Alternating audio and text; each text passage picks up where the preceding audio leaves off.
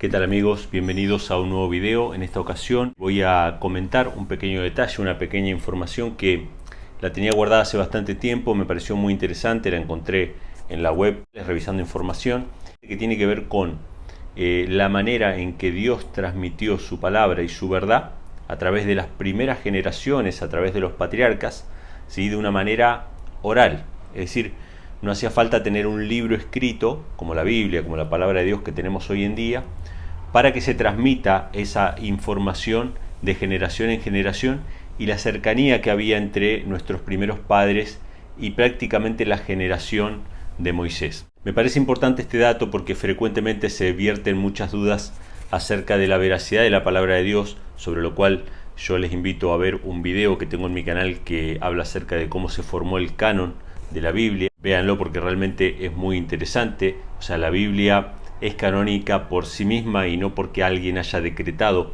que tiene que ser este libro sí, este libro no. No fueron los hombres los que constituyeron la Biblia, sino que Dios mismo, a través de su providencia, a través de sus profetas, fue estableciendo cuál iba a ser la palabra de Dios que tenemos hasta el día de hoy. Es decir, que podemos confiar en este libro 100%.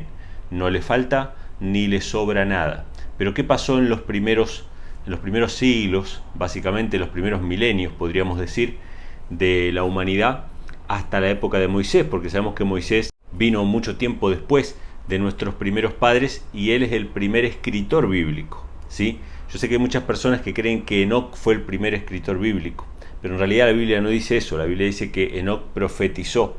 Enoc era séptimo desde Adán y profetizó acerca de la segunda venida de Cristo, que venía con millares de ángeles con la ley de fuego debajo de su mano. Y es verdad que él profetizó eso, pero la Biblia no dice que Enoc haya escrito un libro. Ese libro de Enoc que circula en las redes sociales es un libro filosófico de la sabiduría judaica que ha sido escrito por otro autor. O sea, todo el mundo sabe que el libro de Enoc no lo escribió Enoc. O sea, son muy pocas las personas que consideran que Enoc escribió el libro de Enoc.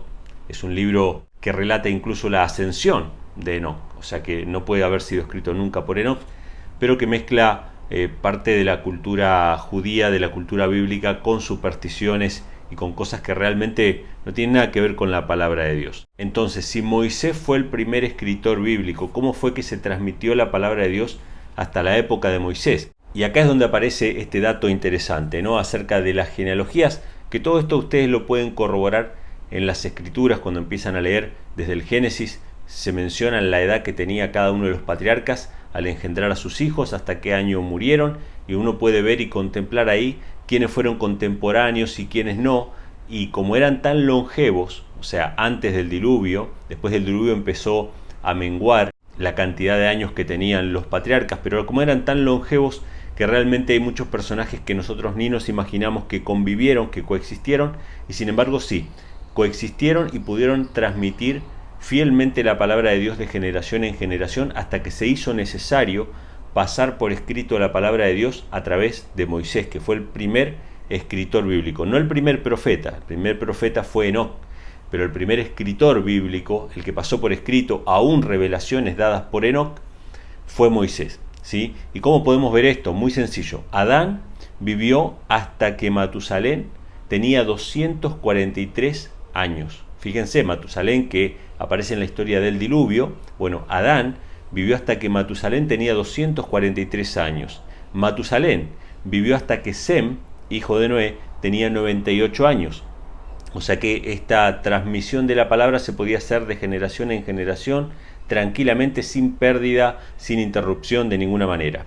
Sem, el hijo de Noé, vivió hasta que Abraham tenía 150 años. O sea que Sem podía haberle contado la historia del diluvio a Abraham tranquilamente, a todos sus descendientes. O sea, el conocimiento de la creación transmitido por Adán, el conocimiento acerca del diluvio transmitido por Sem, lo tenía Abraham de primera mano, prácticamente con testigos presenciales. O sea que no hacía falta un documento escrito, porque los que estuvieron ahí, los que vieron con sus ojos esas cosas, podían prácticamente contárselo en persona. Ahora, Abraham vivió hasta que Jacob tenía 15 años e Isaac, su hijo, vivió hasta que Jacob tenía 120 años. O sea que de generación en generación, hasta el patriarca Jacob, que fue el padre de las 12 tribus de Israel, que fueron los que entraron en Egipto, hasta la entrada de Egipto prácticamente por testigos presenciales se podía contar todo el relato del Génesis, de la creación, del diluvio, de nuestros primeros padres, de todas esas profecías, inclusive las profecías de Enoc. Todo podía ser transmitido de manera oral y prácticamente sin pérdida. Porque ustedes piensen esto, no solamente eran más longevos que nosotros, eran más inteligentes que nosotros, porque venían de la perfección del Edén. O sea que ellos podían preservar la palabra prácticamente como si estuviera escrita, porque la tenían escrita en sus mentes y en sus corazones y las podían transmitir de generación en generación hasta la época de Jacob. Jacob, siendo el padre de las 12 tribus de Israel, entra a Egipto y de Egipto salen por medio de Moisés, que Dios utilizó a Moisés como libertador, como liberador de las 12 tribus de Israel, que salieron ya como una gran nación a vivir en el desierto, y a partir de ahí Moisés empieza a pasar por escrito mucho de este conocimiento que ya tenían por tradición oral, pero Dios tiene que volver a revelar, ¿sí? Volver a revelar por medio de su espíritu todas las leyes, todos los preceptos, todos los principios de la palabra de Dios, que sus antepasados ya lo tenían porque lo recibían directamente de Dios, sin ningún documento escrito. Ya su mente era capaz de preservar todo ese conocimiento de manera perfecta. Ahora, ¿cómo sabemos que todo lo que fue dado a Moisés ya lo tenían Adán, lo tenía Noé, lo tenían todos los patriarcas de la antigüedad? Hay mucha gente que realmente cree que las leyes que fueron dadas a Moisés por primera vez y que los anteriores desconocían esas leyes. Hay gente que cree que Adán nunca guardó el sábado, por ejemplo, porque no hay una ley escrita como en la época de Moisés acerca del sábado. Sabemos que el sábado fue instituido en la creación. Sin embargo, hay gente que dice no hay una ley escrita que diga que Adán tenía que guardar el sábado. Bueno, no hay un montón de leyes escritas de que Adán tenía que hacer o dejar de hacer tal cosa. Sin embargo, esas leyes existían, porque ellos andaban en todos los caminos del Señor, tanto Adán como Noé, como Abraham. Todos estos patriarcas hasta llegar a Moisés tenían un conocimiento perfecto de toda la ley del Señor, porque la ley del Señor era la voluntad del Señor.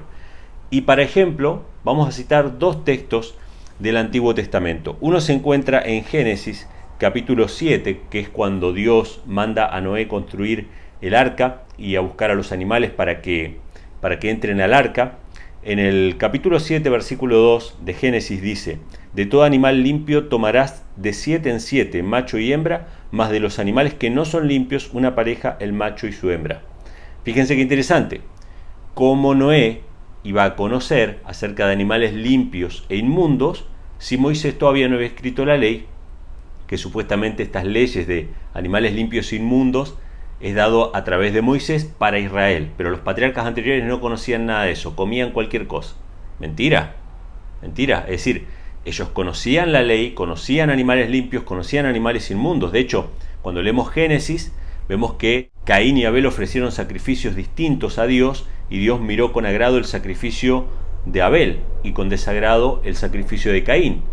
¿Dónde se establece en el sistema de sacrificio de ofrendas? Y eso tenía que venir Moisés para establecer ese sistema. No, evidentemente toda la ley que dio Moisés en el Sinaí ya había sido dada por Dios desde Adán en adelante, había sido transmitido por tradición oral, pero no era una tradición oral como las de la actualidad, donde cada uno le agrega un poquito. Era una tradición fiel, era transmitido fielmente de generación en generación. No solamente el sistema de sacrificio de ofrenda, también tenemos el sistema del sacerdocio, ya que aparece allí Melquisedec.